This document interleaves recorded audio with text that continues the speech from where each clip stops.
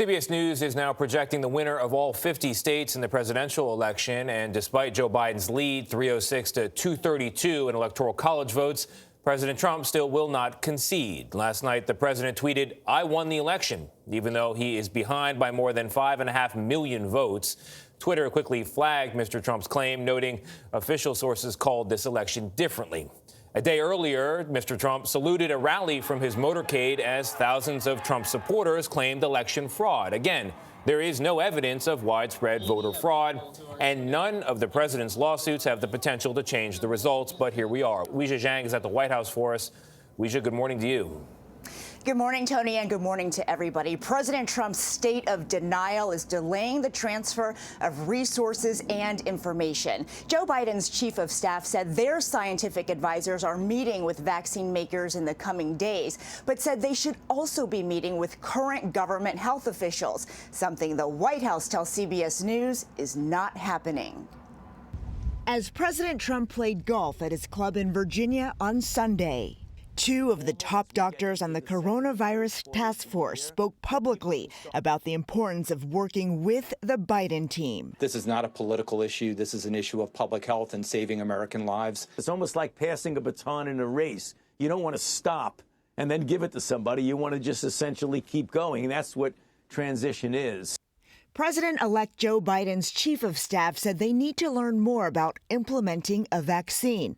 Our experts need to talk to those people as soon as possible so nothing drops in this change of power we're going to have on January 20th. But the White House said details about a vaccine are already available on the CDC website and said there are no plans for the task force to meet with Biden's team.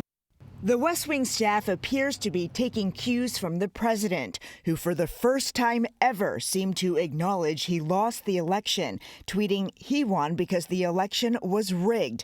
But Mr. Trump quickly backpedaled, declaring he wasn't conceding. There is no evidence the election was rigged. The campaign has filed or publicly backed nearly 20 lawsuits with little success. In Pennsylvania on Sunday, the legal team dropped a major portion of its federal lawsuit over mail-in ballots. Even a win in this case would not change the results. Still, President Trump's baseless claims of fraud are fueling his supporters. Mr. Trump rode through the crowds as thousands marched through the streets of Washington, D.C. on Saturday. We are the majority.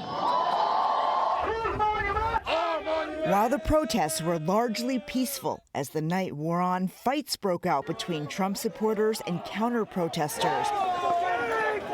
D.C. police made 21 arrests, and 4 police officers were injured while responding to the clashes.